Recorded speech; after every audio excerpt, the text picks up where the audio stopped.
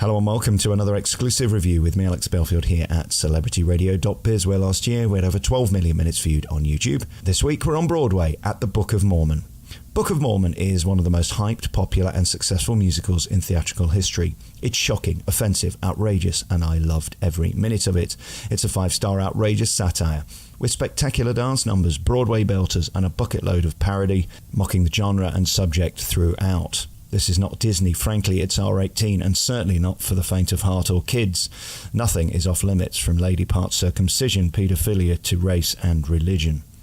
You wouldn't expect anything less from the makers of South Park. Hearing 2,000 people laughing at such a polished script and tight production staging on Broadway was a thrill.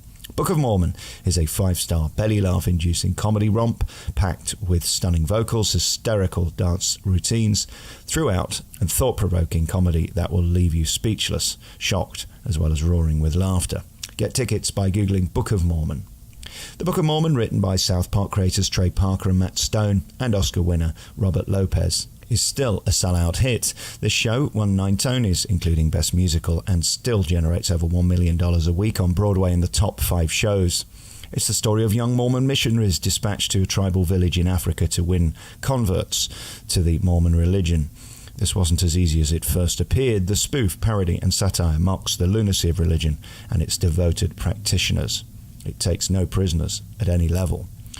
Sometimes the more boundaries you push and the buttons you press, the more joyous and hysterical the journey becomes.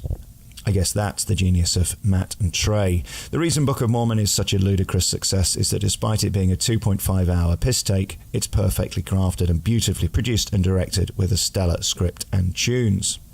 Despite its parody, this show musically is up there with any London or Broadway production. On Broadway, Cody James Strand arguably steals the show with remarkable comic timing and likability as the compulsively deceptive Elder Cunningham, terrific voice and magnetic personality.